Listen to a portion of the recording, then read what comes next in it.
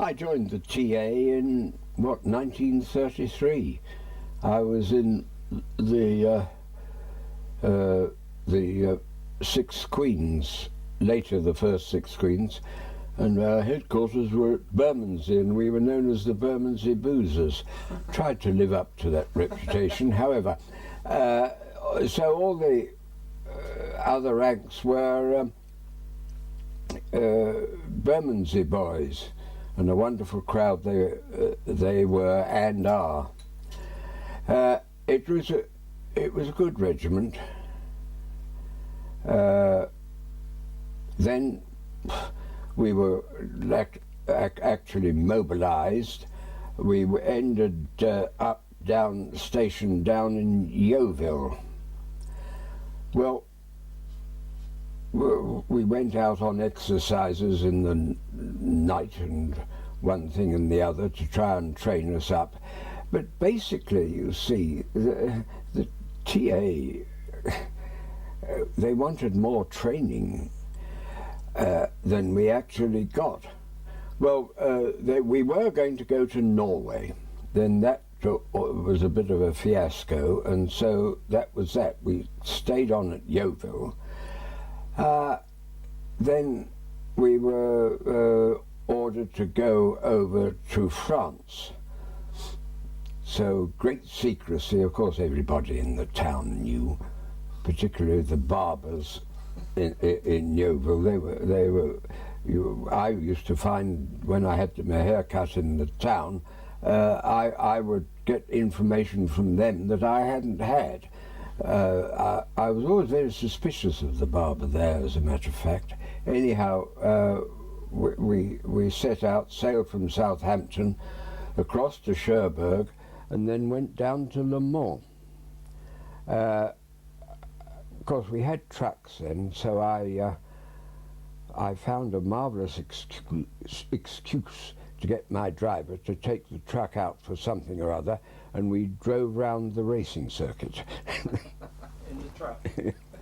Well, after that, of course, we had to get down to the nitty-gritty, and we marched across France from there to a place called Steenwijk, which was on the frontier of France and Belgium. That we did that marching full kit. It really tuned us up, and I was very lucky with my company, really.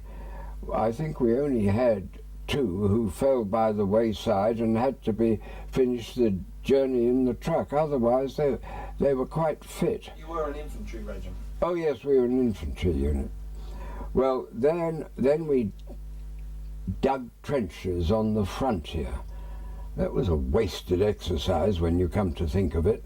And then one day, well, what was it, May the 9th, wasn't it? In 1940, we had the German Stukas, and the place was bombed, and so that was that. We knew what we were in for, and we moved up into Belgium. We were on the what was the river, the Meuse, and there's a bend, a sort of U-bend in it, and it's not far from Oudenaarde, and there we were parked on a forward slope. Of course, I mean, they gave us anti-tank guns, but as it was rather marshy ground, the Germans didn't use tanks, but they used artillery to considerable effect. Further up the river, they broke through and got round behind us, and eventually we were, well, surrounded. And we'd run out of ammunition, so that was that. And how were you treated when you were first captured then? Well, we were captured by the frontline troops. Now, they were very good. I mean, one can't complain about that. But of course they wanted to get rid of us quite naturally, because really having, we were only about 29 of us, having us hanging around was a nuisance. So they got hold of a sergeant, a German sergeant, and a couple of other ranks, and herded us off. Well, that, I think, as far as being a POW is concerned, is the worst time. And the other thing is that you are demoralized and depressed, and that is the one time you should not be, because the opportunities to evade are there. Well, they marched us round in a circle. I noticed that, and I was rather sharp with this wretched German about that, but he said we hadn't been. I knew darn well we had. He was just being difficult. Anyhow, we ended up in a barn somewhere near Antwerp, and there was myself and Arthur Trench, who was the other officer, and 27 other ranks. Well, they parked us in this barn. We were very thankful because we were somewhat tired. It was really quite comfortable. However, Arthur and I were looking out of the window because the window was a bit high up. And suddenly Arthur said, "You know, I don't think there are any sentries." And he was right. So I said, "Well, what about it, Arthur?" He said, "Well, he had some friends, some Belgian friends." I said, "Well, you better get away." I said, "We had two sergeants, and he took one of them." I said, "Look, I think if all of us went, we'd probably make a row, and nobody would get away.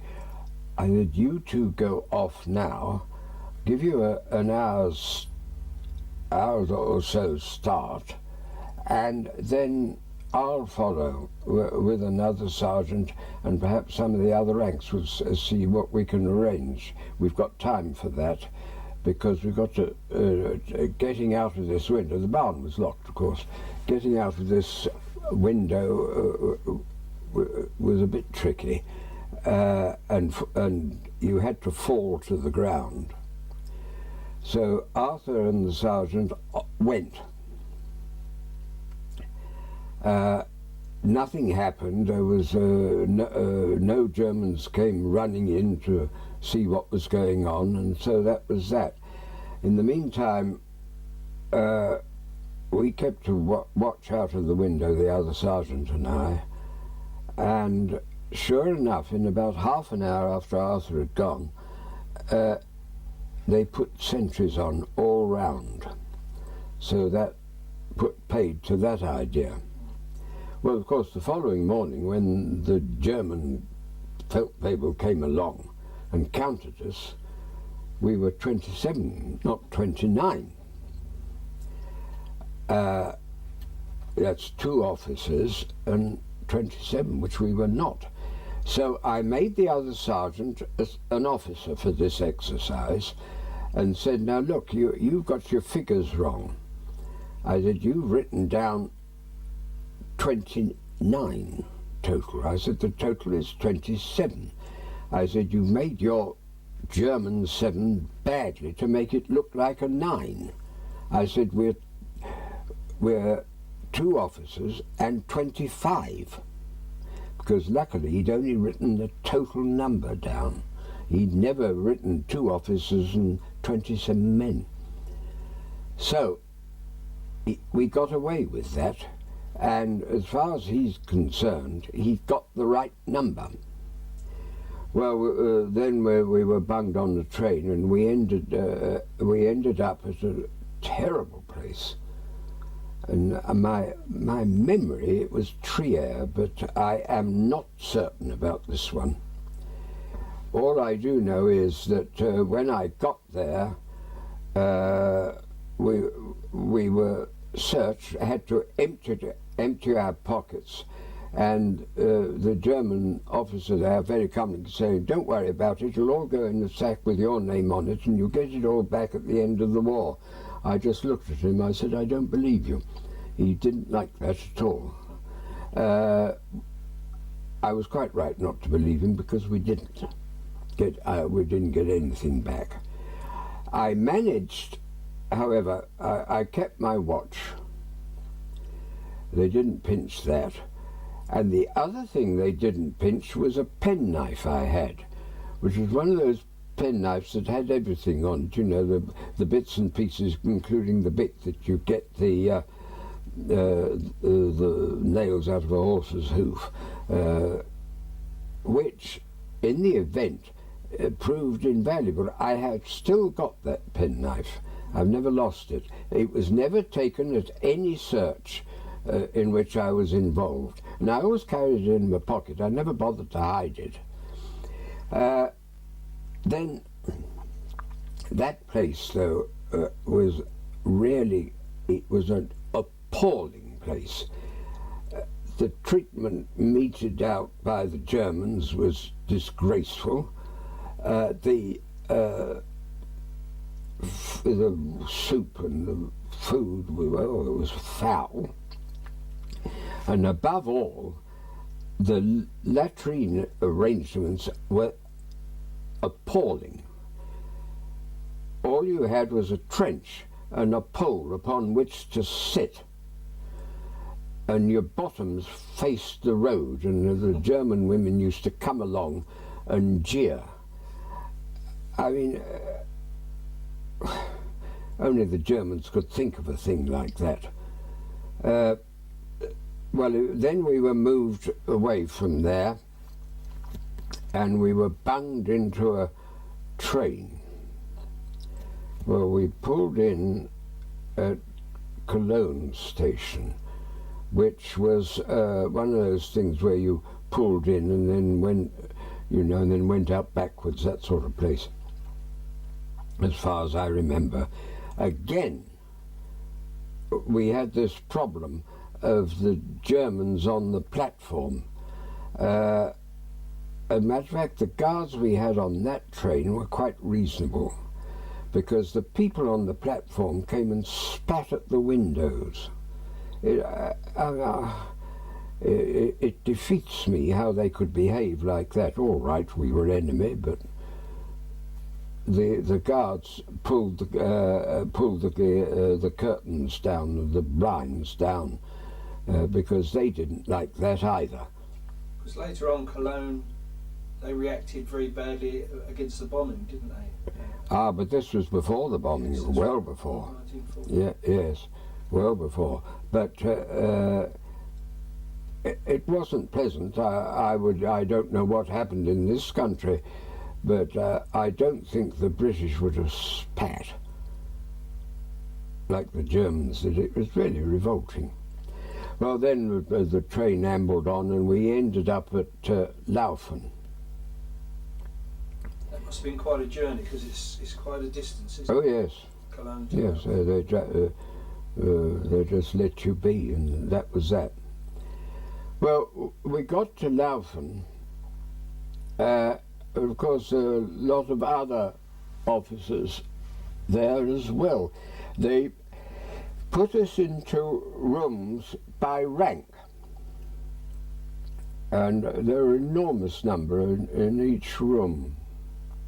I think the number 66 rings a bell. Whether there were 66 captains in there, or whether it was room 66, I really don't remember, but I rather think there were 66 of us. There was a canteen there. Now, you know, I mentioned one of our sergeants, I'd turned him into an officer. Well, of course, he was an officer for all this trip, and he ended up at Laufen with us. And he was a real Cockney. And of course, he soon sorted himself out, and used to serve in the canteen and serve the beer to us. An advantage for me. Because, anyhow, whilst in the canteen, well, you know, one saw the other fellows there, and there were the other captains in our room. Of course, there was. So I met up with Pat and Dick Howe and Rupert Barry and Harry Elliott.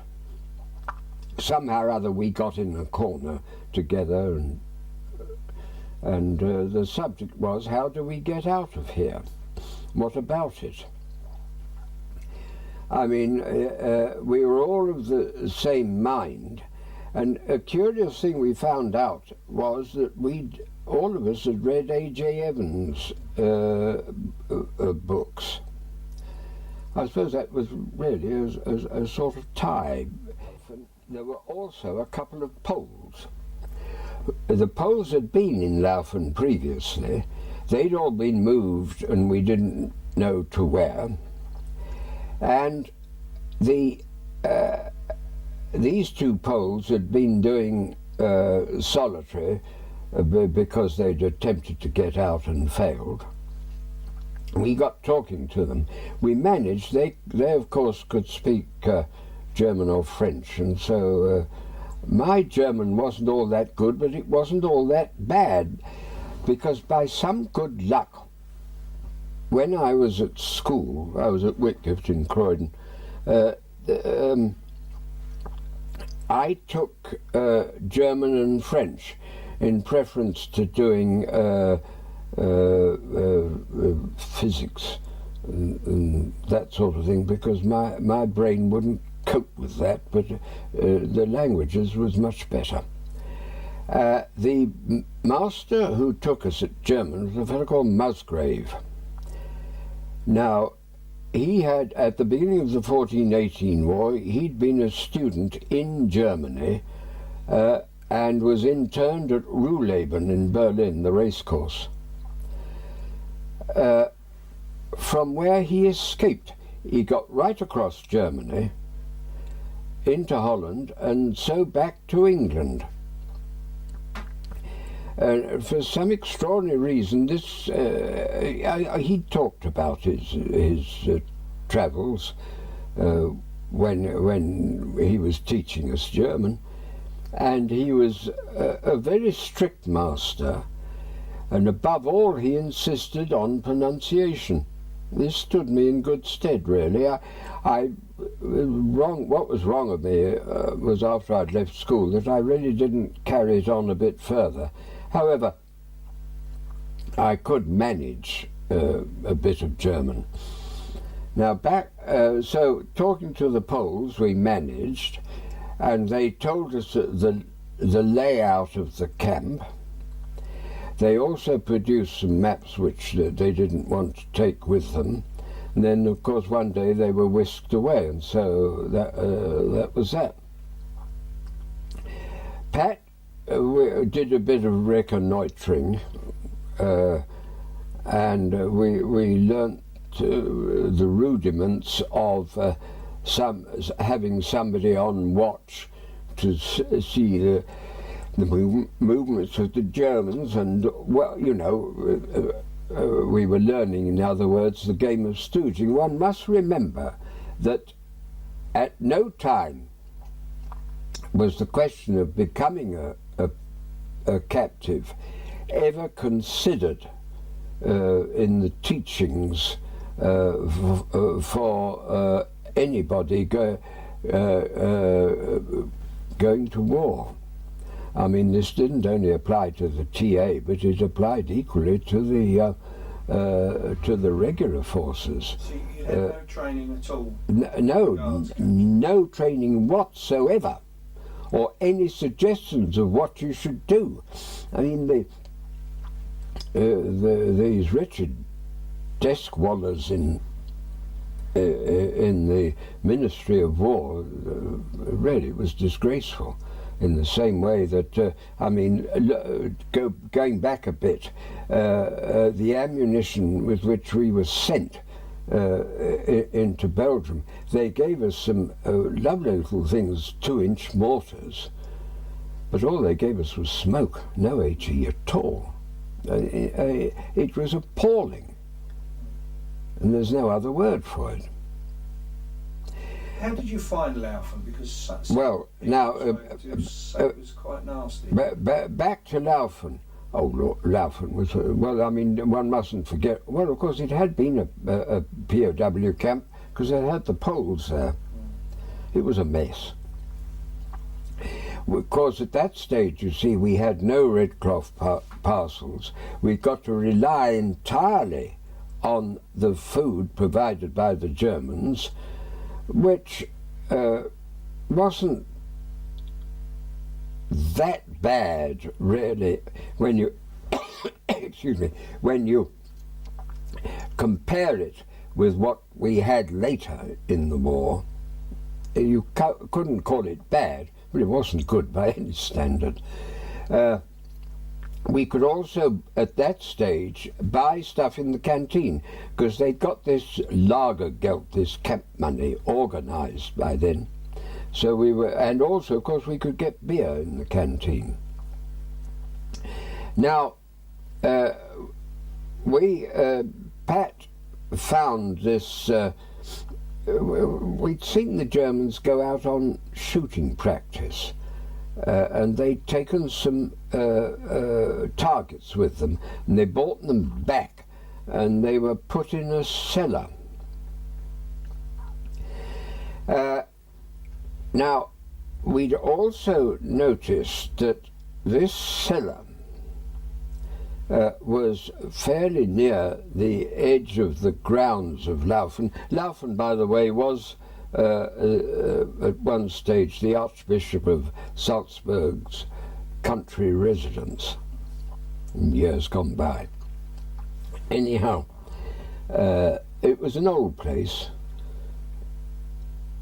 and had, of course, the usual stone wall round it.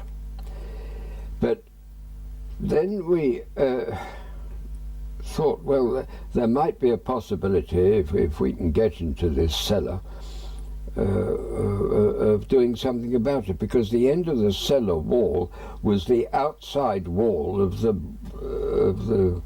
what do you call it? Hard to call it a castle, anyhow. Palace, I suppose. Archbishop's palace. Yes, the palace, really, yes. Anyhow. So a bit of reconnoitring was essential to see if we could use this cellar, if we pierced the walls, where we'd end up. Well, there was a little alleyway just beyond the walls, and one night Pat decided that a bit of reconnoitring would be a good idea, and so we had to go out on a roof to look over this thing, and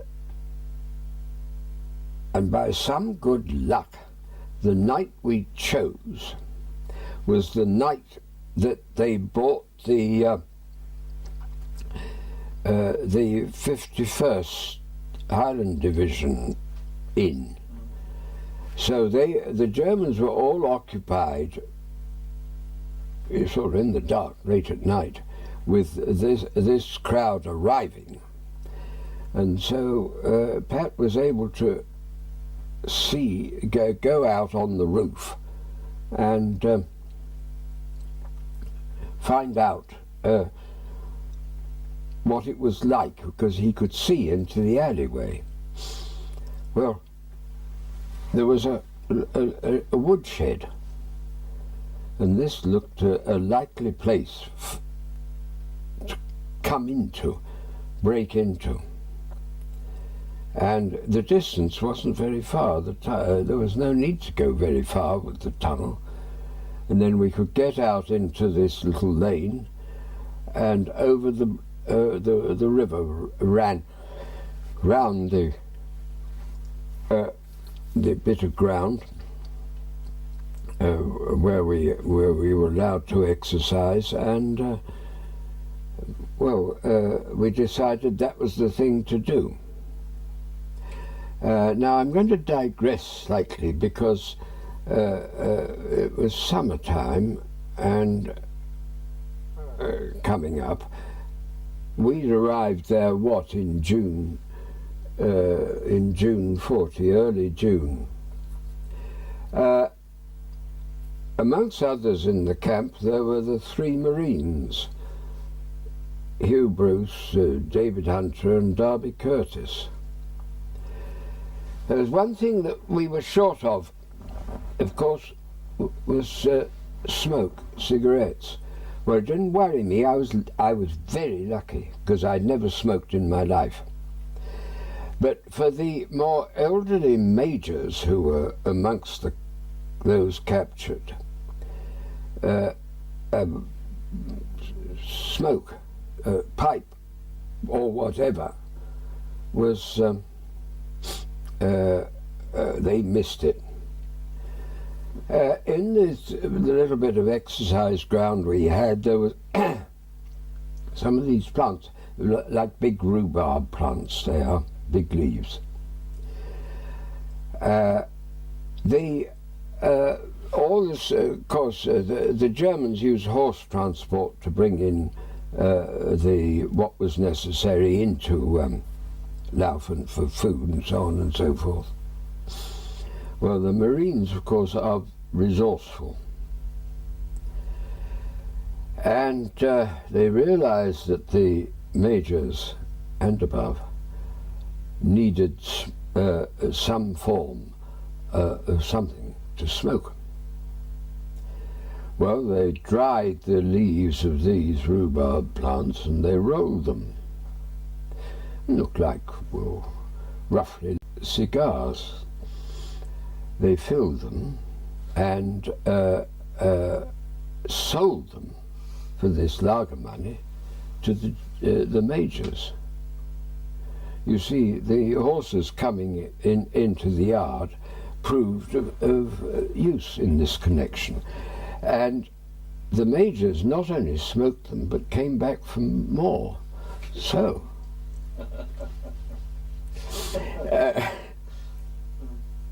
it was... really organic tobacco then, wasn't it? Well, yes. Of course, nobody below the rank of major, I think, smoked them, because, you see, we were all, the captains and lieutenants were sort of more or less together, much more so than the others, so that we knew what was going on. They didn't. Anyhow, in the meantime, we'd been doing all this reconnoitring, and it was decided that what we would do, we'd been able to get into this cellar by the old-fashioned method of bits of wire, and we decided we would get on with this tunnel. And so we said, well, when shall we start? And Pat simply said, well, it's simple. We were then at the beginning of July. He said, the 14th, storming of the Bastille. So on the 14th of July, we started. Now, all we'd got then was a large nail, my penknife, and a large bit of stone to use as a hammer to knock the nail to break down the stone. It was a hell of a job, but we just went at it and did it. Now, you see, the two would go down and work, and then you'd have the lookout at the top of the stairs, who, the range where you just tapped on the door, and if any Germans coming along the corridor, and that was that. And so between roll calls, we managed to get on. Of course, those days we only had 2 roll calls, one in the morning, one in the evening, so we had the whole day to work, which was very convenient. Now, there was a wonderful chap, a Canadian, Scarlett O'Hara. Obvious reasons it's called Scarlett, red hair and a red face. Scarlett was a great character. He was very good at producing tools. He pinched tools off these carts that came in off the Germans. He was adept. Scarlett's red face, of course, was really the result of imbibing to a certain extent. And he missed his out. He had noticed that the German officers in the camp had a wine cellar. Quite why the wine cellar should be in one of the courtyards, I don't know, but it was, and Scarlett spotted it, and so it wasn't long before he got into it and produced wine out of this wine cellar. Now, it was a long cellar, and the wine was all stacked along. Scarlett was no fool. He did not take it from the front. He took it from right the far end. Well, of course, it's all very well, but you remove a bottle of wine, and at the rate it was going, it was obvious it would be noticed. So Scarlett insisted that the bottles should be replaced, corked and replaced, and of course filled, which they were. And this went on.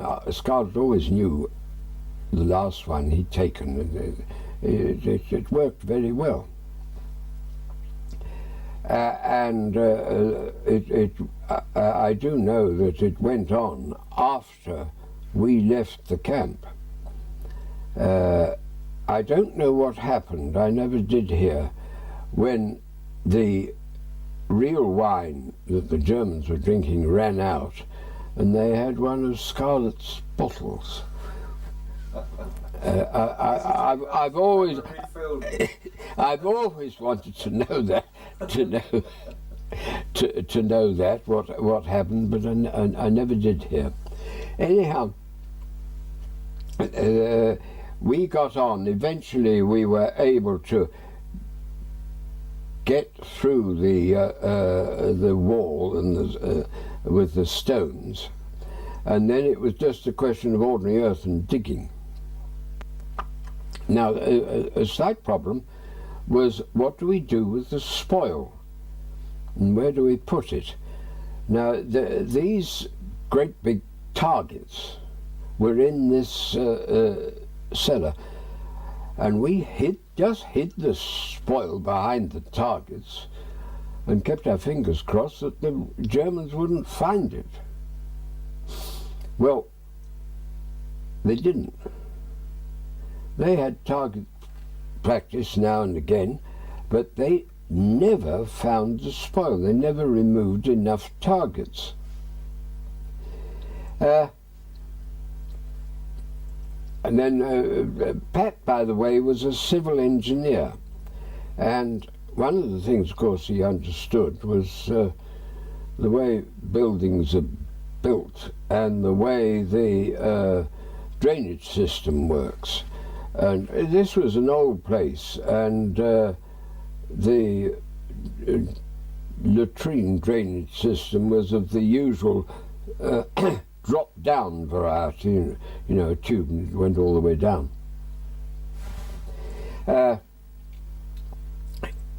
One day, I've forgotten who he was with in the tunnel.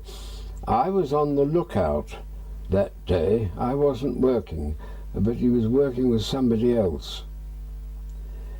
And the Pat said, well, we came across a bricked up circular bit, and Pat said, well, that obviously leads into the drainage system.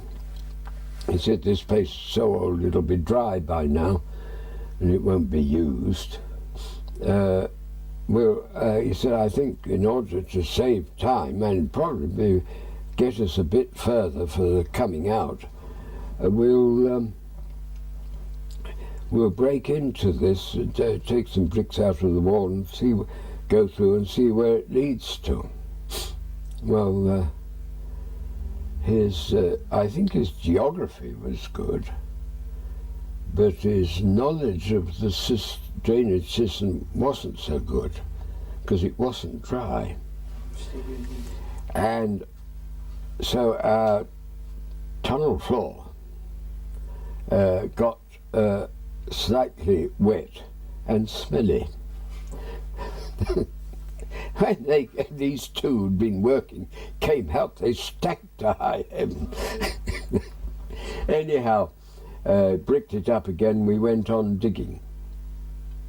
Now, in the meantime, Sailor Neely had been moved from the camp. So we wanted another one to make up our 6. And at that time, I mean, there was no escape organization as such, but one of the POWs, one of the majors, was Major Poole. Now, he's written a book, Odds and Ends. If ever you can get a copy, it's well worth reading, because he was a POW in the First World War as well, poor chap. And he was, I should think, possibly the only one in the camp who really knew what it was all about. And we had a word with him, and he encouraged us in our attempts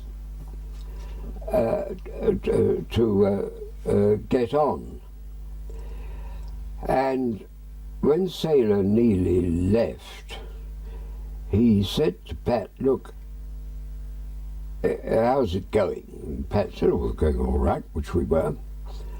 He said, well, I think you ought to have a good German speaker in the 6 amongst the 6 of you. And he said, there's a lieutenant who came in the 51st who is fluent. And he said, I think he'd be ideal for the job, Peter Allen.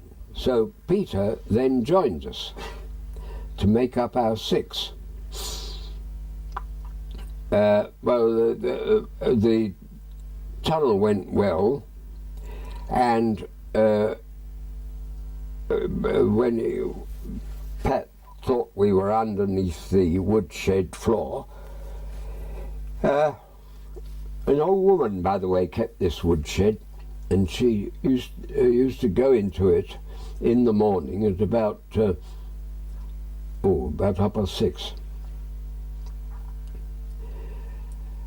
He tested to see it was quite right. He'd come up exactly where he wanted to. So his measurements were very good. The other thing was that we had noticed that there was a sentry in this alleyway at night. He came off at 5 o'clock in the morning, but for some curious reason, a new sentry was not posted straight away, not until 5:30. So that meant allowing for, a little leeway each end, that when we went out, we had 25 minutes for us to get out of that tunnel. In the meantime, the 6 of us had been sort of turning what we could into roughly speaking, civilian clothing. Well, not easy, because you see, we had so little to work on, and of course no papers or anything like that. That was we didn't know what was required or anything about that side of it at all. So we decided that what we'd do, the 6 of us would go out. We'd then break into 2 groups of 3. The first 3 would be Pat, Dick, and Pat, Rupert Barry, and Peter Allen. The second 3 would be Dick, Harry Elliott, and myself. Well, we were by then we'd naturally had to arrange for stooges. I mean, we'd spread it about a bit. Of course, Scarlett O'Hara was going to seal up the hole that we were going to make in the woodshed, clear all that up, seal it up, and come back through the tunnel, seal up the entrance, and leave everything so that the idea being that it could be used again if all went well. Also, the stooging system had been extended, and one of the chaps who used to help us was Martin Gilliott. Martin was, he was a great character. I remember that when he came on stooging duty, he wore his gas cape. Lord alone knows why, because the thing crackled. And at night time, if we were doing any stooging at night time, this crackling noise of this gas cape we heard all over the place. But he insisted on wearing it. Anyhow, the night came, and we were ready to go at the beginning of September, and we got into the tunnel on the night of September the 5th. No, I've got to be careful. No, the night of September the 4th, and that's it. We were all in the tunnel. Well, these things always take longer than you anticipate, and there was only time for the first 3. That's Pat, Rupert, and Peter to get out. We couldn't do it. There simply was not the time. So the thing was sealed, and we would go the following night. At this stage, I ought to mention that the clothing was a bit of a problem. And you see, we were all young, and we had noticed that there were no young people about in the town, and we got to walk through a bit of the town, go across the bridge to get to the countryside, and so it was thought that it should, in preference, be one of us should, in each group of 3, should dress like a girl, wear some skirt arrangement, and sort of a blouse, and some filled out breasts. Well, Pat took the part of the girl in their group 3, and I was landed with the group part of the girl in our 3, because well, Harry was older and got a moustache, and Dick was a bigger chap. I was smaller. You had a moustache, okay? No, I'll come on to the moustache in a moment. I had grown a moustache, but of course for the escape I shaved it off, because you see, when the Germans eventually got round to photographing us for their record purposes, I had a moustache. But whenever I was involved in any escape, I always removed it. because your picture was always circulated when you escaped. But only the one they got, which was always, as far as I was concerned, one with a moustache. Now, as I say, the first three went out, and that was that. The roll calls were covered very easily because the Germans at that stage counted the officers after they had counted the other ranks, and the other ranks had gone back to their part of the castle. So it was easy just to get 3 other ranks in to fill in for the roll call.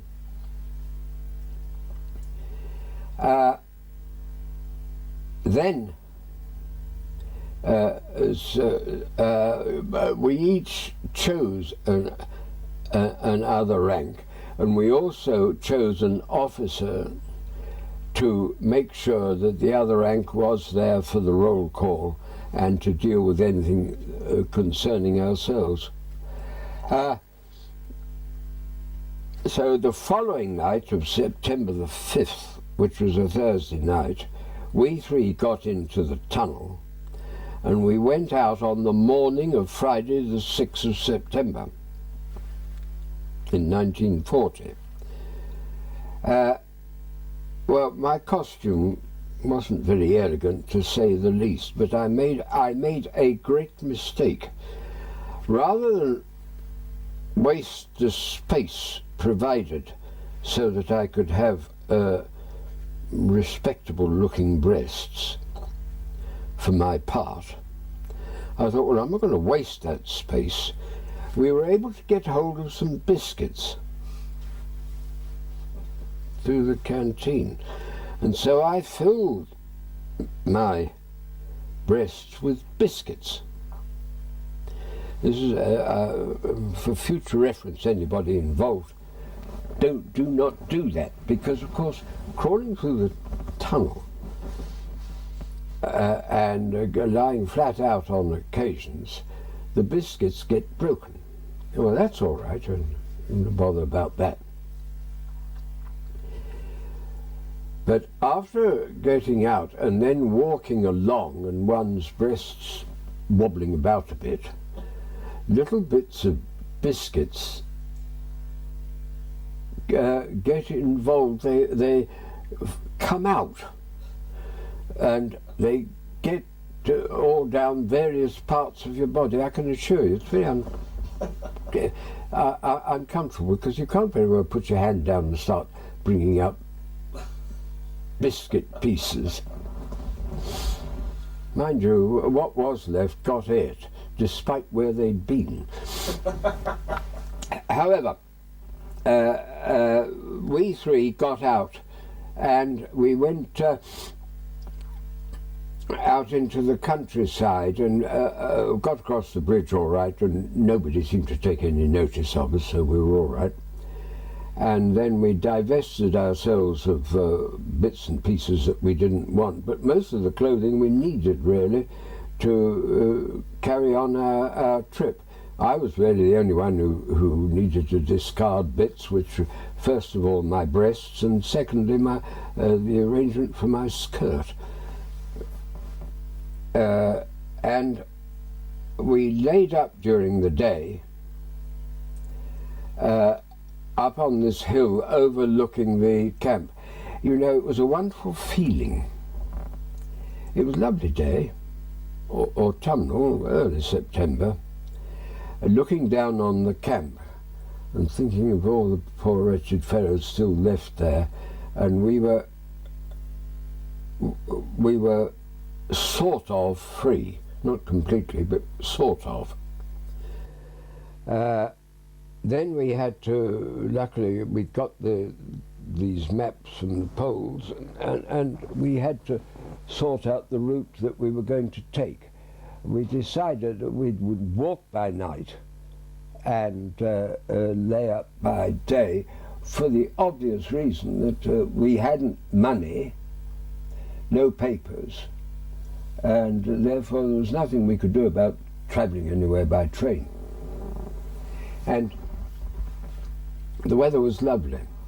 I remember one day when we were laying up, it was near a stream, and it was really, it was, apart from washing one's face and tidying up, the joy was to take your boots and socks off and wash your feet in this beautiful clear stream water. It made just the difference to being able to walk the following night, because we got to cross what is known as the Salzkammergut.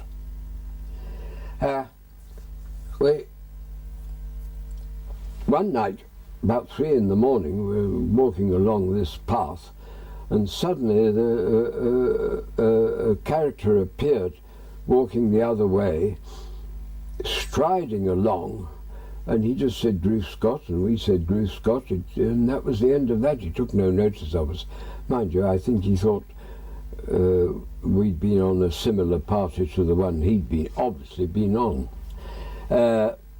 And we then, eventually we were deciding, see, we were making for Yugoslavia. It was no good from there going to the Swiss frontier, because the Swiss frontier crossing from the side we were on was mountainous, and the pass into Switzerland was very narrow and easily guarded. Wouldn't have been a hope of getting that way. But so, and anyhow, Yugoslavia was easier and just as near, if not nearer, because the Swiss frontier meant going the whole length of Austria, really. We decided after we'd been out 5 days that really the thing to do was to find a railway junction and jump a goods train. Well, we were near, I think it's called Golling, which is a big junction, and we'd found a local electric railway which got us to Golling, and we were on this electric train. We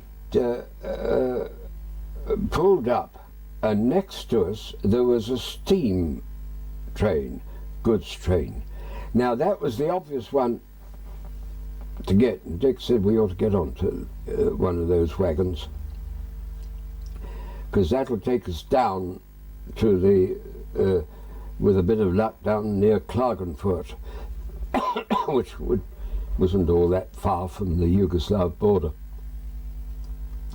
Harry was in the little part of the end of a goods wagon to go down the steps and jump into the other train.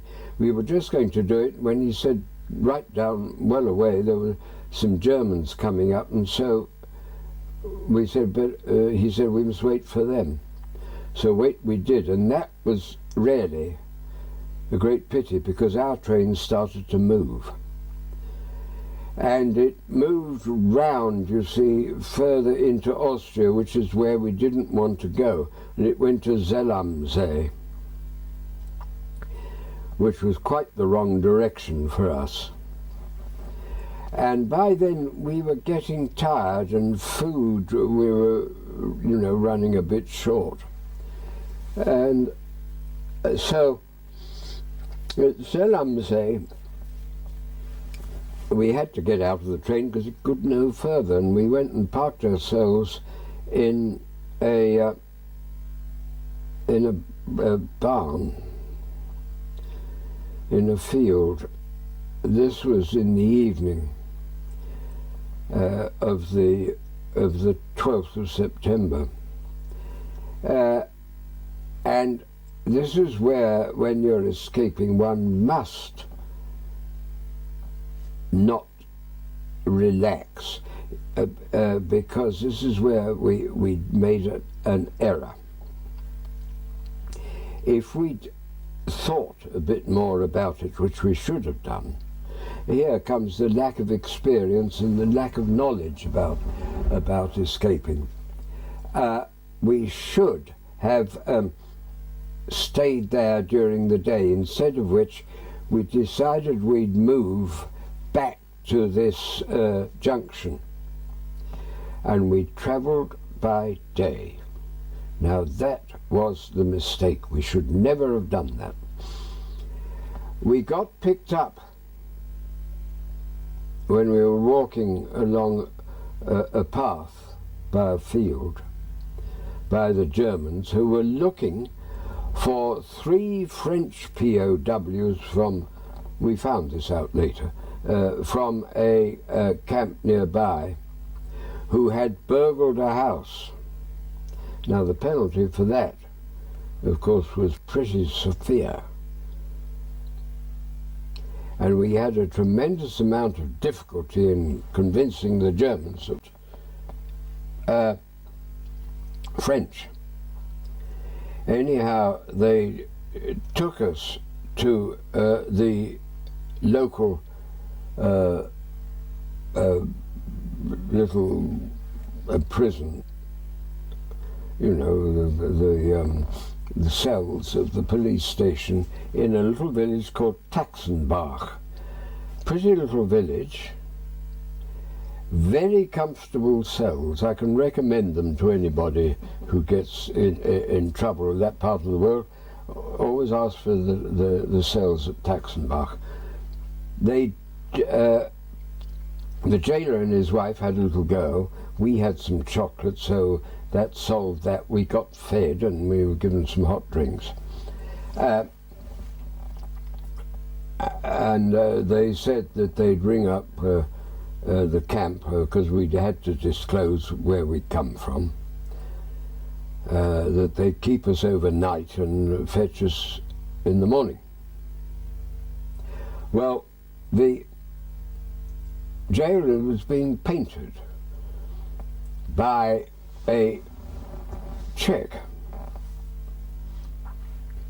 who was also a guest of the Germans, as we were, and we got talking to him. He found out who we were. Well, that wasn't difficult. And he came to us and said, look, he got the keys to the cells. If we told him we were making for Yugoslavia, and about the trains, and he knew all about that. And he said that if we would take him along and guarantee him, when we got to Yugoslavia, that he was British living in Czechoslovakia, living in England, being taken prisoner, he would let us out. He said, now the jailer goes to bed at about 10:30. He said, if we give him a quarter of an hour, 20 minutes, then I'll come and let you out. So we said, fine, we agreed to that. Well, in actual fact, at about 11:15 that night, the Germans turned up to fetch us, which was unfortunate, to say the least. I would mention now that the date was Friday the 13th of September. Ever since then, I've always been very careful what I do on the 13th when it's a Friday. Just, you may think it odd, but I'm a believer in that one. The Germans had a car. There were just the 3 of us. We'd only got the clothes we stood up in, nothing else whatsoever. There was the driver and 3 Germans in the car. Each German had a revolver, and they had one up the spout with the safety catch off. I have never been more petrified in my life, because we had to drive through Salzburg, and Salzburg's got, at that stage, had cobbled streets, and the driver drove at a breakneck speed, clearing any traffic out of the way, hooting, and I was terrified with these wretched pistols going off. It was frightening. Well, of course, we got back to Laufen and sadly found that the other three were already there. We were given various days of arrest in Laufen. We could never understand why one got less than the other. We were put in the cells in the town jail, and contrary to the Geneva Convention, we were on 3 days bread and water and then 1 day full board and lodging. The bread and water meant that also to sleep on you had one blanket and that was your lot. Otherwise the bare boards. But the fourth, you got full board and lodging, 3 meals a day, a palliasse and pillow and 3 blankets. I spent my birthday, as a matter of fact, in that cell. It was on the bread and water day. I saved up some slices of bread, and I had 6 slices of bread and a glass of water. I was a man. I did 16 days, but one or others got 16, some got 21. We couldn't understand. One got 24. We couldn't understand the reason for all this. However, German mentality is very peculiar. We were also taken to walk in the camp at Laufen for an hour. We were allowed no contact with the other POWs. Again, this was quite extraordinary, because at the end of our period of solitary, when the last one had finished, we were all collected together and taken back put back into the camp. I mean, nothing made sense. Nothing was logical. Well, we hadn't been of course, we able to provide information about escaping, what to do and what not to do, insofar as our experience gave. But we were horrified to find that the Germans had, the Germans didn't find the tunnel for quite a while, but that the British had not used it again. That was, well, apart from being stupid, it was utterly wrong. But Major Poole told me that some senior officers said they didn't want their lives disrupted, even at that stage. However, there it was. Well, then one day suddenly we were told to pack our bags and we were being moved. They wouldn't tell us where to or anything about it. So off we go again. 6 of us with various bits of baggage, no arms of course, guarded by a sergeant and 6 other ranks. They discarded 2 of those, and I think we ended up with the sergeant and 4 to get these desperados from Laufen to wherever, which they didn't disclose. Except that the commandant at Laufen did say that we were going to somewhere from which we couldn't possibly escape. When we got out, which was on November the 5th, 6th, we got out of the station at Colditz and walked across that bridge. It was a real November day. Wet, well, damp, misty, and depressing. And then when you walk across the bridge and look up at this castle, I mean, we all thought at the same time, really, well, how the hell are we going to get out of that place? And then we were marched in to the courtyard, and when we got in the courtyard, there were shouts from up on the left-hand side, from the Poles of Anglici, Anglici, and a great commotion and excitement, much to the annoyance of the Germans. That's how I got to Colditz. Now at Colditz, well, of course, to start with, the British contingent was very small. There were some French there, the Belgians, and these 150 Poles. But the Germans wouldn't allow the nationalities to mix. Extraordinary idea. I couldn't quite understand why.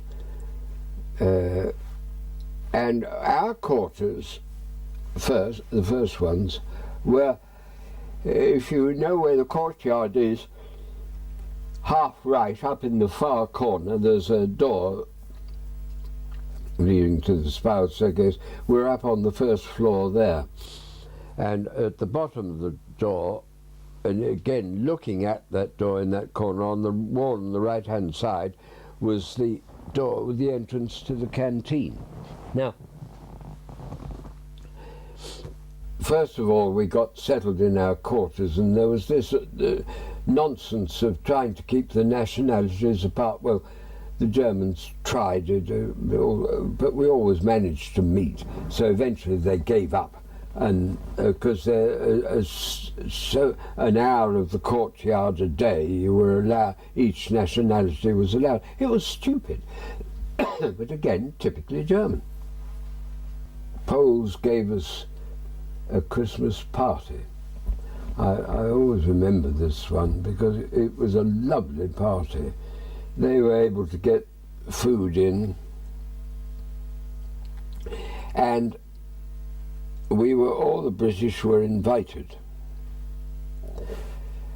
And now, they do, as it's Christmas, they do a slightly religious ceremony. Well, it was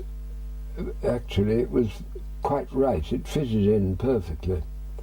But being Catholics, of course, there's a sort of communion, and the priest gives everybody the bread, but he drinks all the wine himself. Fair enough. But after all this, there was they shook hands with every one of us, and you got kissed on both cheeks. Of course, none of us were ready for this. We didn't know much about this side of it. And Pat, there was one old Pole amongst them who'd got quite a long beard. And this chap made a beeline for Pat, and Pat there he was, nestled in a beard. The story of that Pole is extraordinary, because, I mean, he was much too old to have fought. But when the Germans went into Poland, he was very proud of his First World War uniform, and of course he fought against the Russians in 1921, I think it was. Anyhow, and he very proudly went down to the local pub wearing his uniform. And that's when the Germans walked in. Everybody in uniform was roped in and taken prisoner, which included this poor old chap. Very sad, really. He finished up in Colditz. Yeah, and he finished up in Colditz, yes. But they gave us a wonderful party that night. And then I think it was the following day or the day after, anyhow, to our great delight, Red Cross parcels arrived on Christmas Day. It couldn't have been better for us. There were by then 17 British there. And so we were able to return the compliment and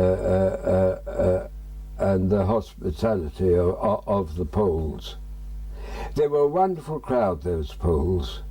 I mean, when one got to know them and heard what problems they'd had and been through, one appreciated them. Marvellous chaps. Well, then we started to get ourselves organised. See, we were just a small party, it was easy to cope. But, of course, immediately, all of us there all the British had been sent because they had attempted to escape and got out from another camp and had been unfortunately recaught. So that all of us were escape-minded. It was a question of pooling our resources and getting somebody out of the camp. And that was always the spirit in code. The great thing is, it was so good for the morale if you got somebody outside. If somebody did a home run, well, it really made all the difference to your life. But in the meantime, it was a question of getting, the running of the place, seeing that we were more or less, everything was thought out. I became the canteen officer. That meant all I got to do was just to be in the canteen.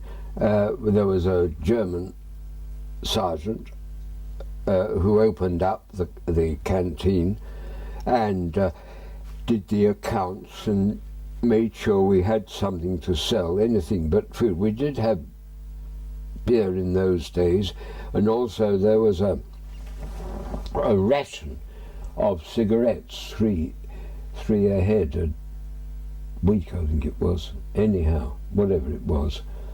They were revolting cigarettes.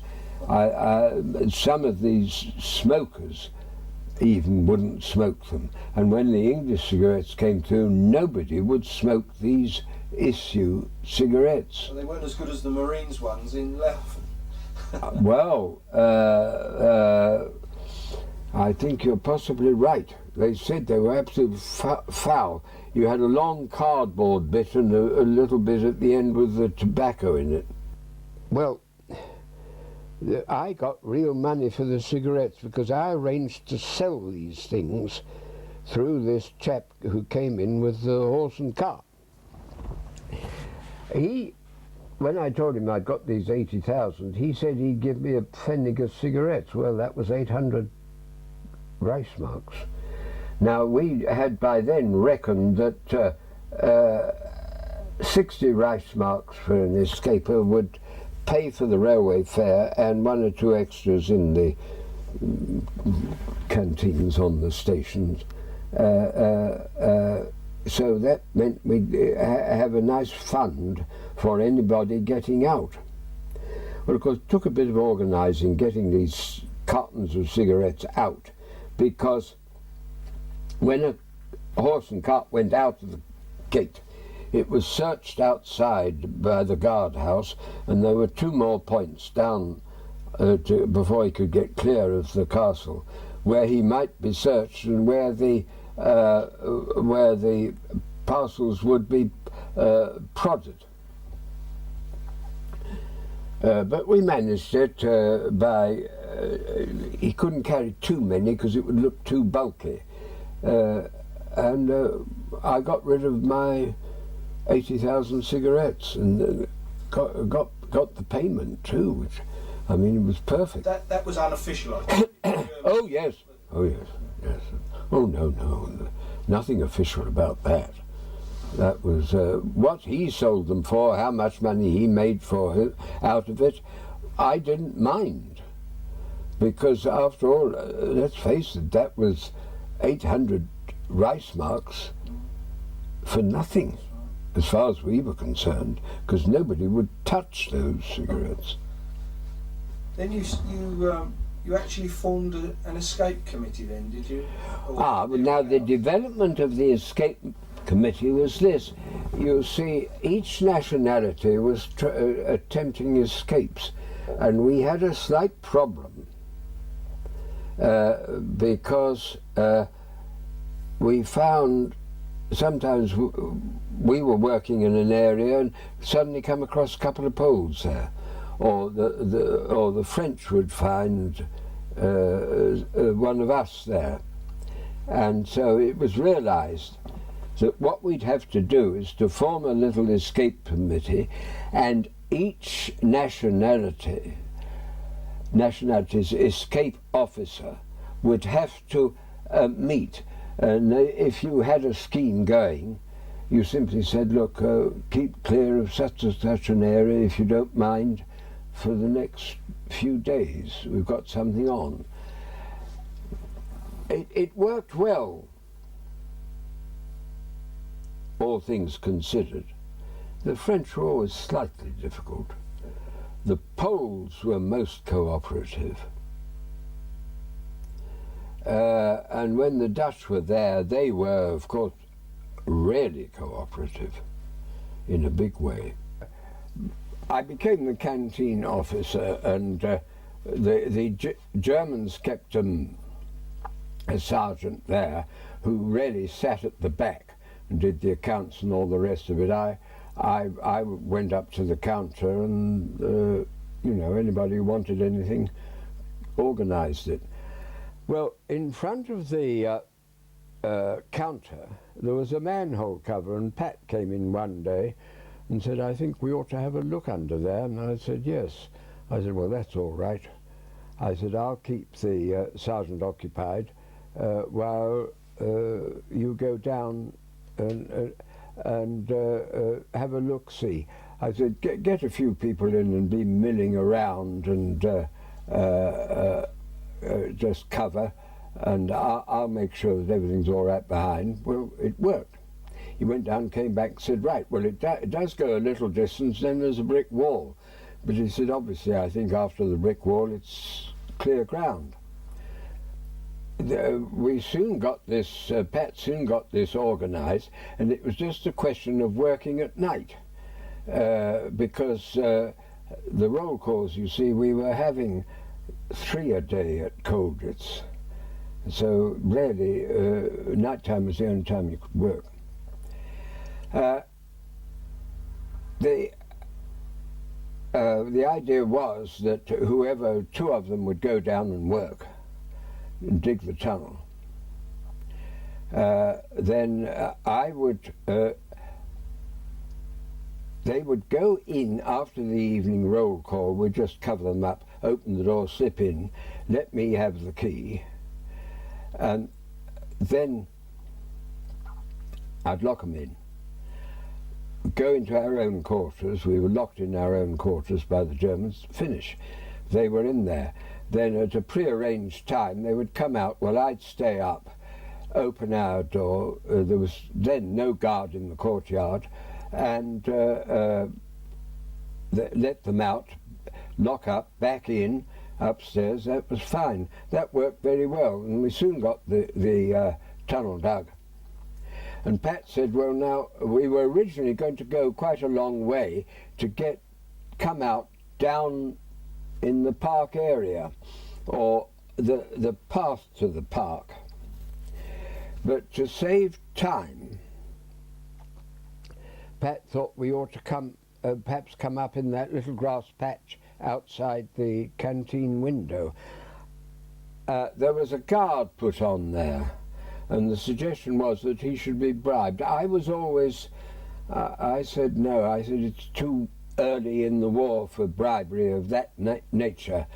I said, I think we should go further. However, the consensus was that we should do it this way. So the guard was approached, and he agreed, and the sum was agreed. And so it was all set for the night we were going to do it.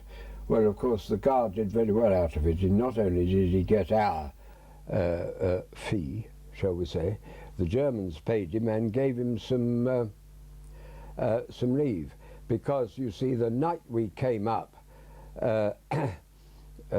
Preem and his merry men were waiting for Pat. Hauptmann Reed, you see, and of course, Pat put the lid down straight away. We were all in the tunnel. How many were involved in that? I think it was 14. 14? Because not only were the British, there was Poles and French. We went international on that one. The Dutch weren't there then. So were you all captured? But in the meantime, of course, the Germans came in through the courtyard with the guns and their rifles in the rabbiting position. Oh dear. Came pouring into the canteen, shouting and all the rest of it. All we did was to burst. By the time we, of course, got into the canteen out of the tunnel, we burst out laughing. That was quite beyond the Germans. They couldn't see that one at all. And the more they shouted, the more we laughed. And of course, the more this hullabaloo went on.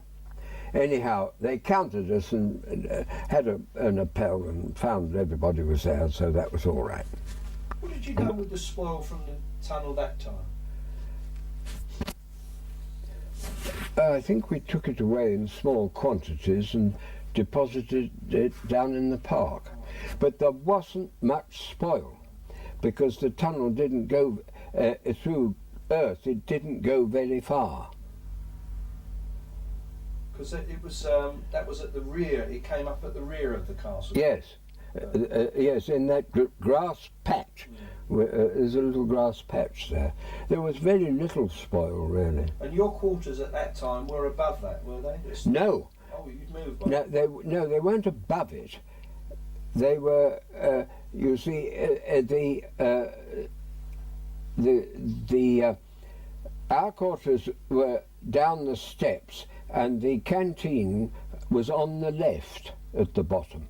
That's right. So the entrance to your quarters was still in that staircase in the right-hand corner as you go into the courtyard. Yes, that's it. Up those few steps.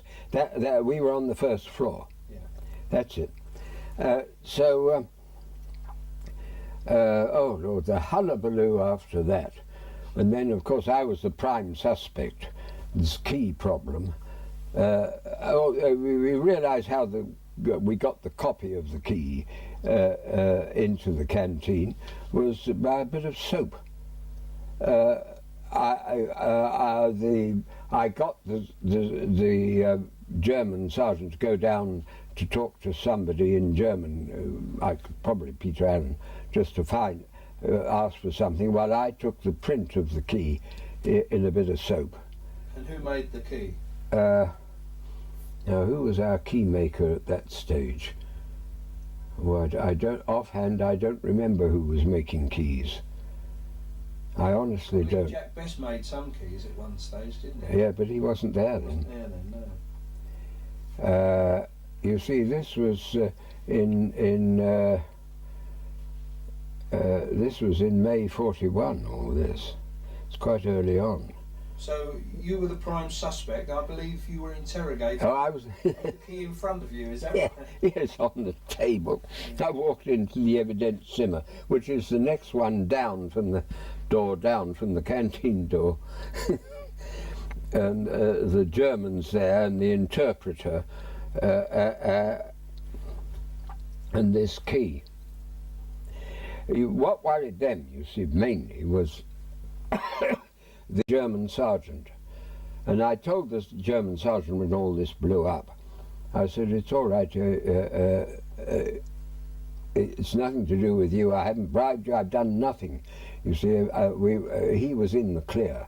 And I pointed that out. I said, no. I said, no way was he involved. I said, we got into the canteen entirely by our means. We found out how to do it.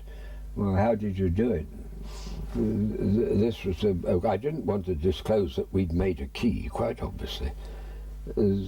Luckily, I'm an Alice in Wonderland fan, and so, well, you know the rest of the story. But it was worthwhile, that story, telling them that, because directly I said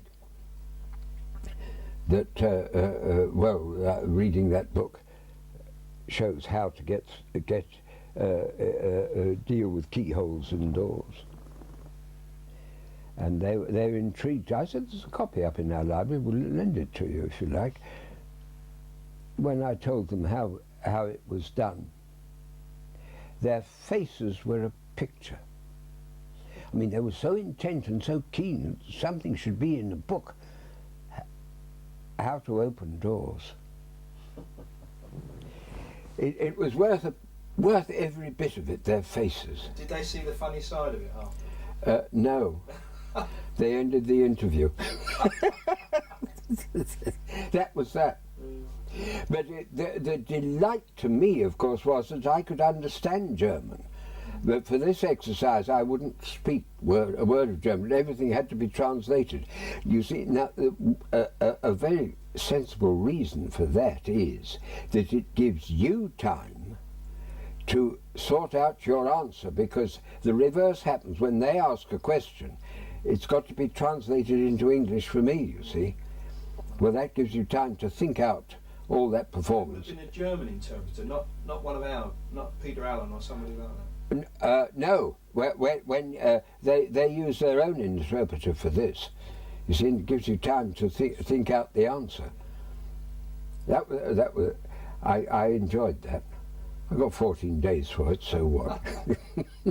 Anyhow, but the row and the noise and the shouting, it's unbelievable the way the Germans behave.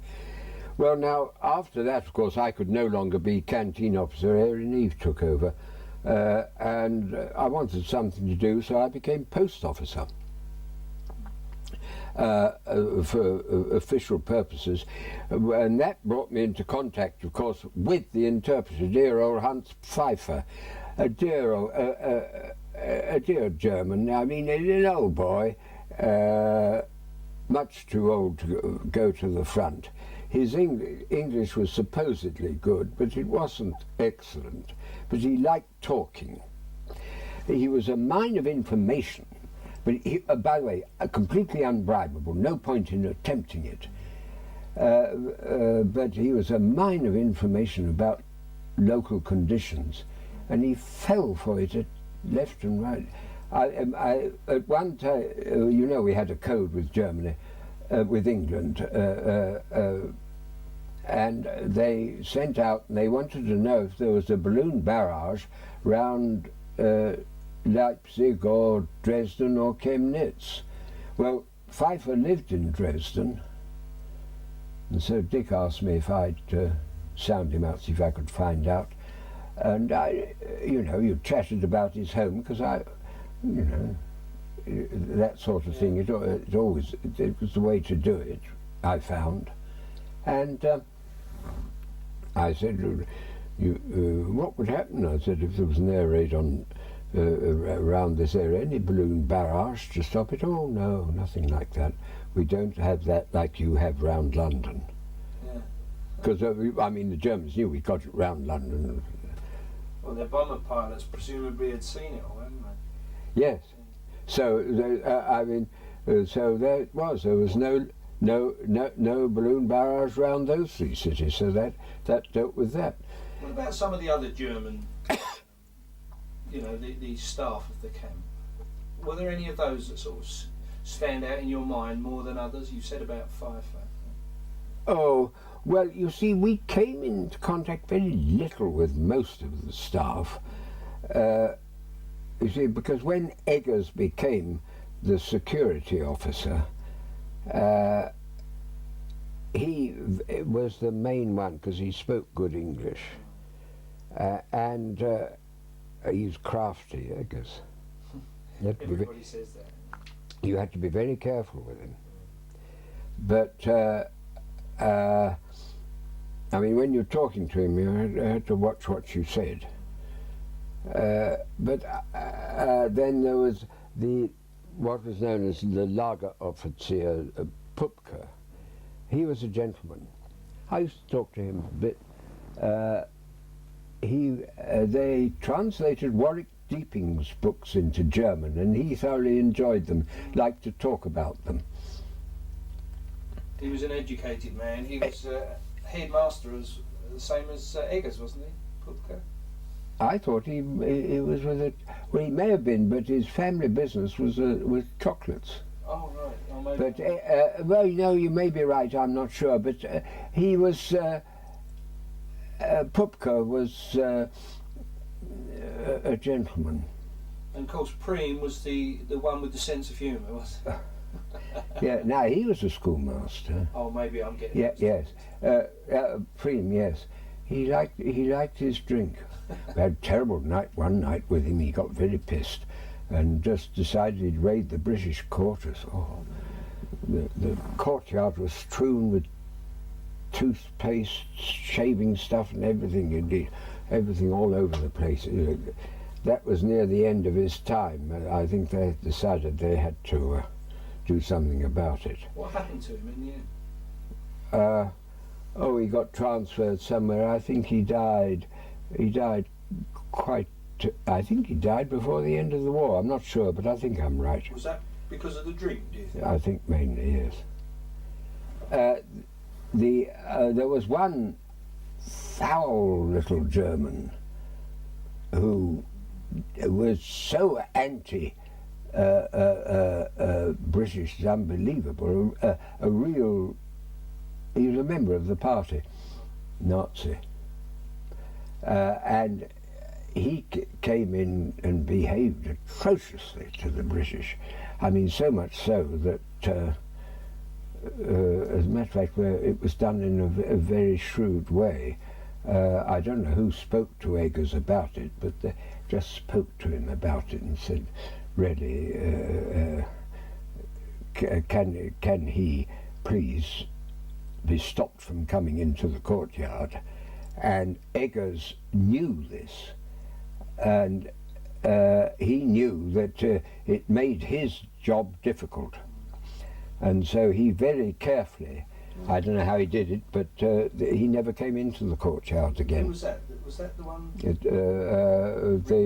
Rittmeister, yes. I've forgotten his name now. Oh, he's a nasty piece of work. Did he not have the same name as the photographer chap? What, Langer? Langer. No, it wasn't Langer. No, that was not his name. I'd have to look up. He was a deputy commandant, was he, or something like that? Hmm? The Rittmeister, was he? The Rittmeister, yes. Deputy commandant, or was he the original security officer? No, the original security officer was Duck's disease. He was the one security officer at the time of the canteen affair. I think Duck's disease was Langer, but I'd have to look it up. I don't remember all of them. But dear old Pfeiffer, his translations sometimes were a gem. I mean, we by careful arrangement, he let photographs be sent back to England, you see, and once he came to me, he said, on the back side of photographs you must not write. He used to, his English was a direct translation from the German.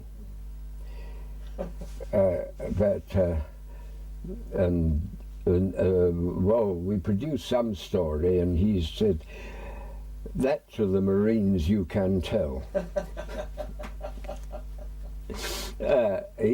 Pfeiffer was all right.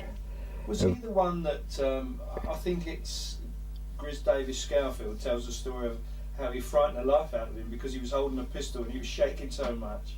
I think that was Pfeiffer, the old... I think that would be Pfeiffer. He'd be terrified. At the Dresden bombing raid, he got leave to go home. When he came back, it was a bit tricky. I said to him, well, I hope your family are all right. He said, luckily, they were away at the time. They'd gone away because all that was left of the house was just the front door portal, and that was all. The rest had gone. He was very philosophical about it, as a matter of fact.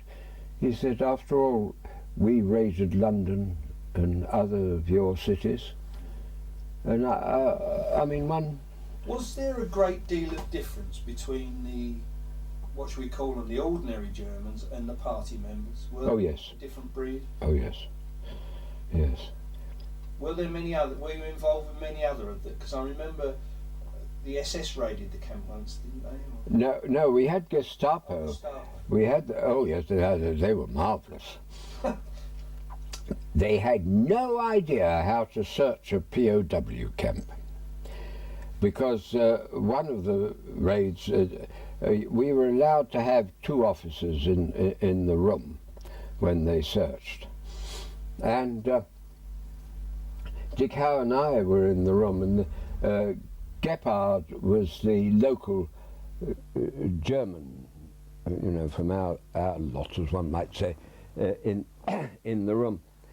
And these Gestapo boys, they put their keys down, and I caught Dick's eye, and he caught mine. And so I moved, and the keys disappeared. I didn't take them, because I was sort of keeping an eye on Gepard, particularly, because he was no fool, Gepard. He was, again, unbribable, but straight. You had no difficulty with him. He got a job to do, he did it well. And the keys disappeared. Well, of course, when the Gestapo cleared up and were going off, went to find their keys, there was pandemonium. Old Gepard said, well, he didn't bat an eyelid, his expression never changed, but he just turned to me. He knew bloody well we'd got them, and he knew how we'd done it, but he hadn't moved an inch to do anything about it. You were involved with the escape committee, and apparently part of your job was to locate hides for things. Well, yes, the main thing was I looked after them, what was in it, you know, and when anybody wanted anything out, that was what you might call the communal hide. People had their own hides as well, but I had the communal money, you see, in particular, because when anybody was going to escape, well, all right, he always got 60 rice marks, at least, but it was usually about 60, and I would sort of hand it out and let them have it.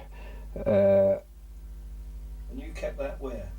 Well, the hides, I usually kept the bulk of the money in the hides, because I didn't, a snap search, would be a problem if I had 100 or 2 rice marks in notes on me, difficult to hide. I could always keep a set of maps and rice marks for a snap escape, such as Peter Allen's when he went out in the sack. I had the usual measure of the arse creepers, you see, for that. Oh yes, now the arse creeper story. That Mary Neave. No. There was a big search one day, and the French had all been searched, and they then turned their attention to the British, and they insisted that we stripped. Well, Monty Bissell was, I think, one of the first. and they told him to strip. And he said he wasn't going to strip unless there was a padre present. Whew, the Germans, of course, they got the implication of the thing. They did it. But it worked. Now, the reason really, because they made the French bend over, and the Frenchmen used this method of taking money about with them, but they were a bit fussy, and in the little package they had put a piece of string. When one of the Germans saw the string and pulled it. Oh dear. But Pat Reed, this is quite early on, had a present sent to him by some of his friends with whom he'd been at college. And Pat Reed was, he enjoyed his pipe and his cigars, and they sent him out a dozen cigars in a box. And you know, each beautiful cigars, smallish, and they were all in a case. Now they had, I mean, it was a glorious touch. Was the name of the cigar?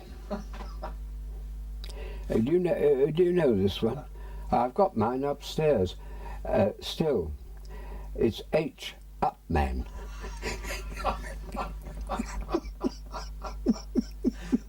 But they were very useful.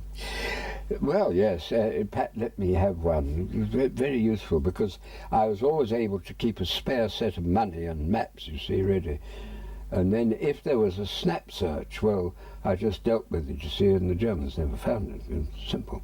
I mean, that's a method that has been used down the ages from Cleopatra's days. There's nothing new in it. But what about the actual hides? Did you have to construct hides within the building? Well, no, usually, you see, it was, one of my best hides was on the first floor over the parcels office area, that area. It was just under the floor. Well, you see, a feature about that was it was walked over, you see, and so you didn't have too much. If you had a hide in a place which wasn't used, you had to watch the dust and that sort of thing. But that was fairly easy. But they got worn through continually being open and shut. And I used to, occasionally I would say to Dick, well, I think it's time we moved that hide. And so we used to look around until we could find another suitable place. But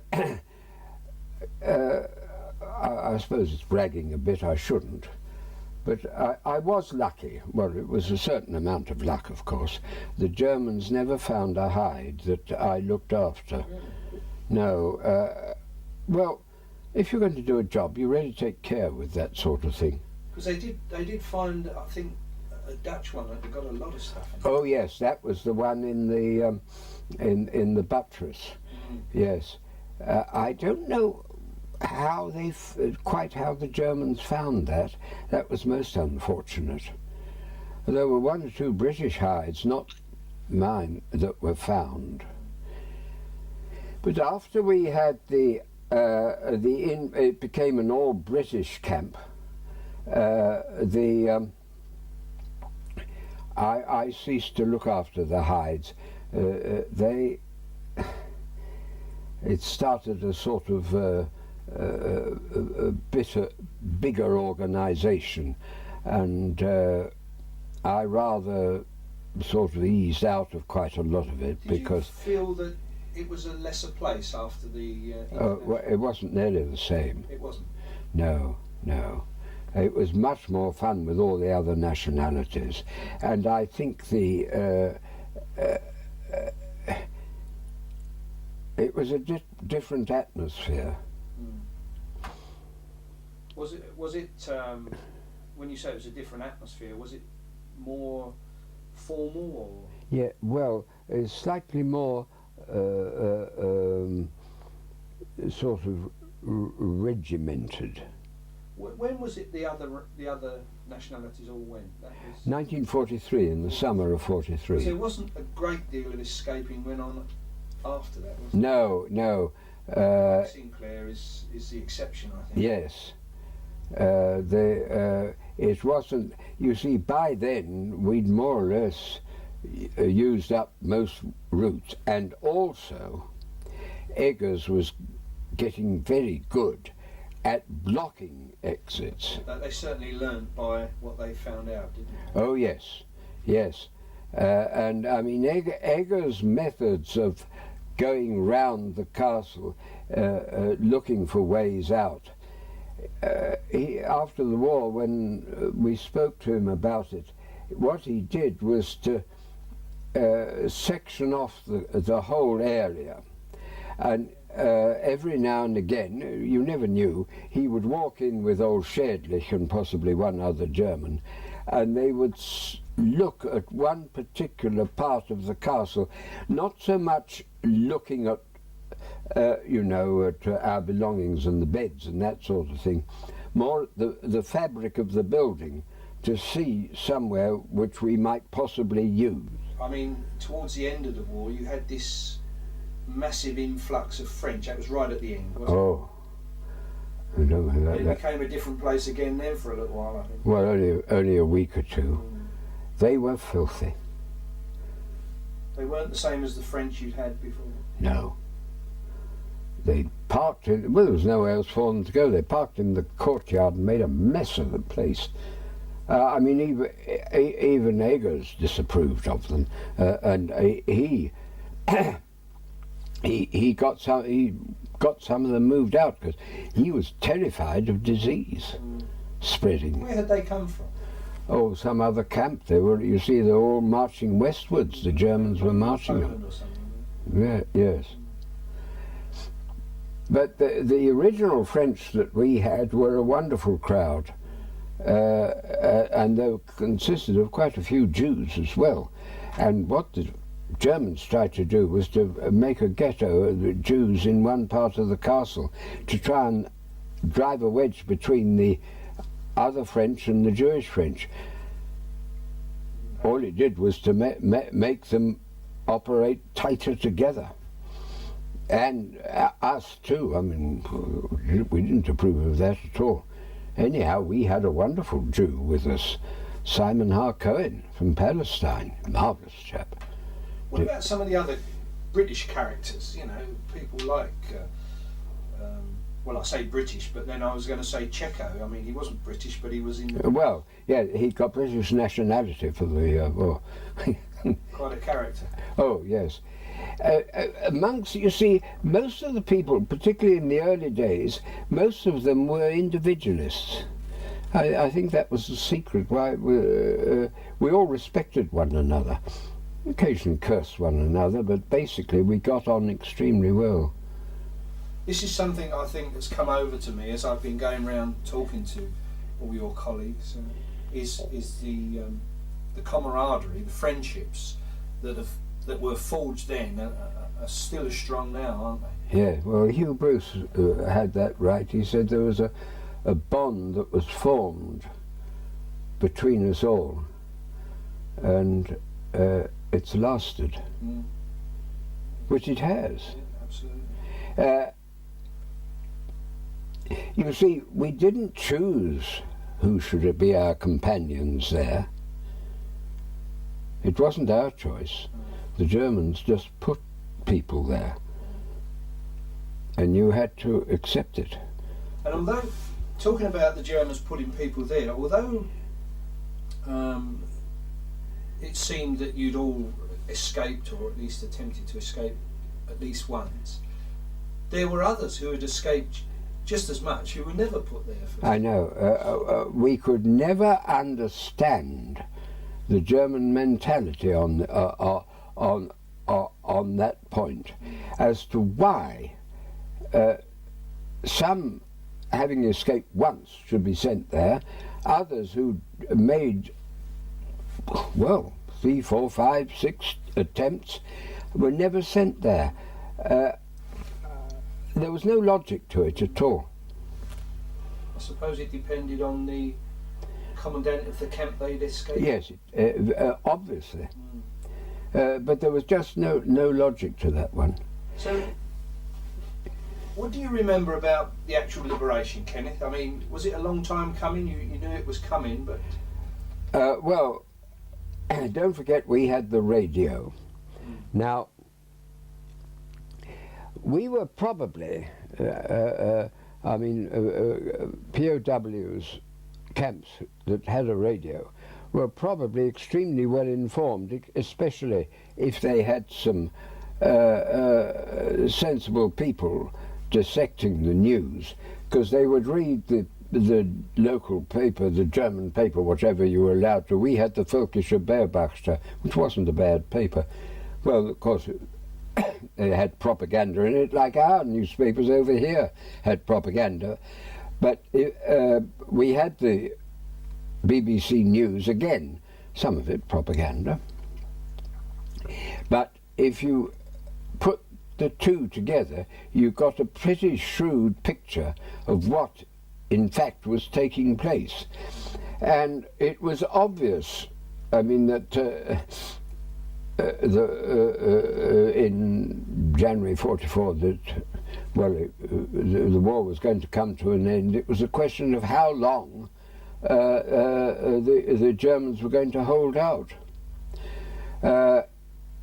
And towards the end, of course, conditions, as far as we were concerned, were getting unpleasant, because with the bombing of the railway, the railways, quite rightly, Red Cross parcels didn't get through. Well, one accepted that for a very good reason. The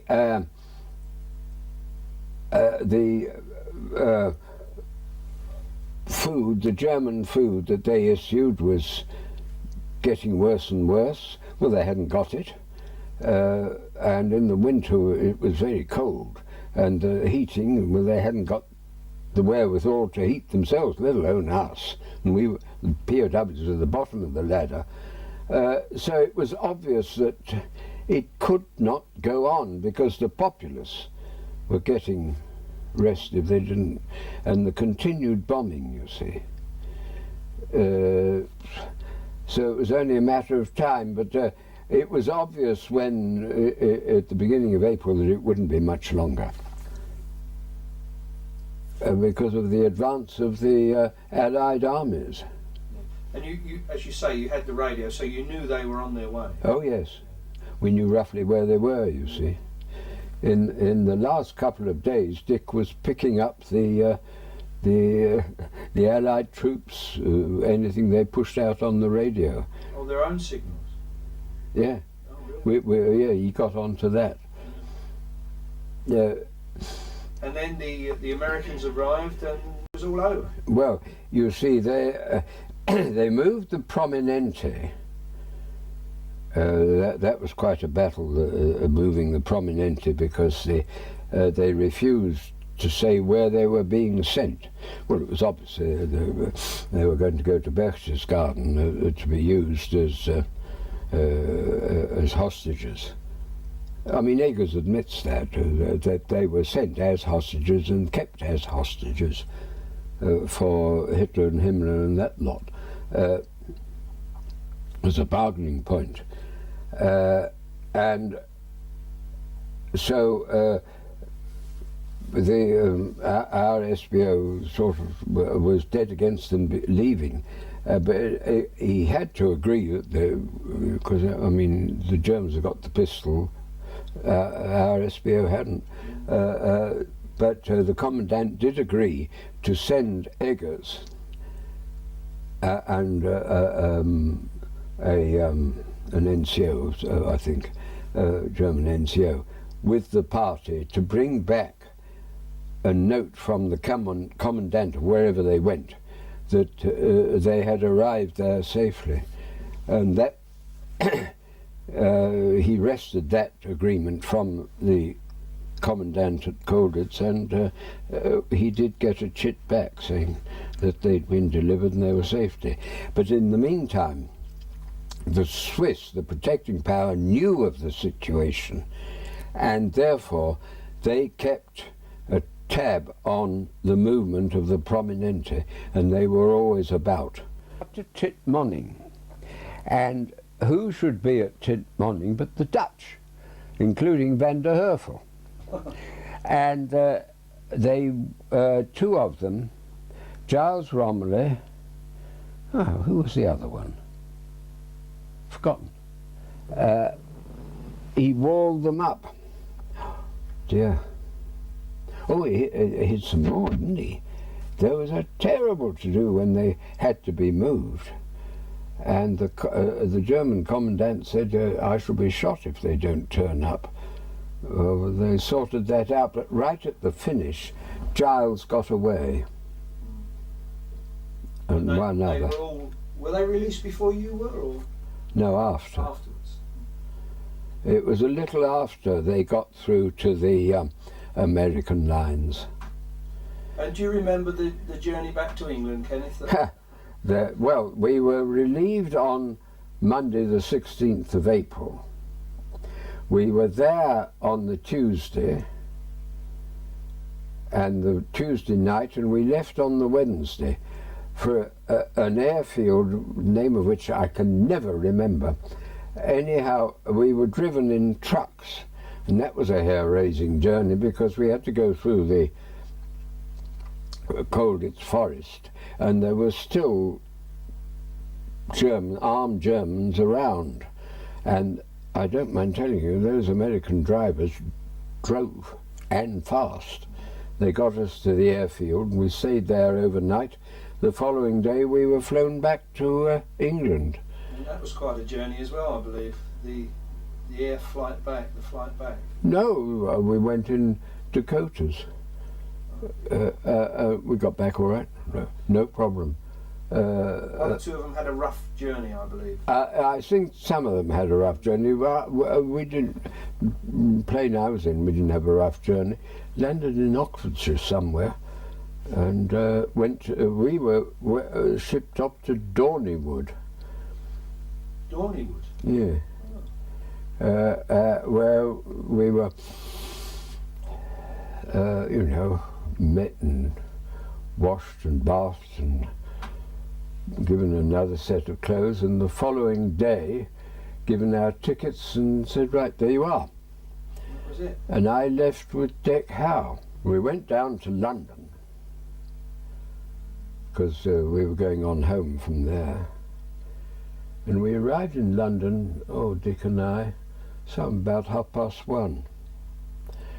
And we went in, we were right in Piccadilly, and we went in somewhere to have some food. We were a bit peckish. Where are your tickets? We said, what tickets? What have you been doing all the war?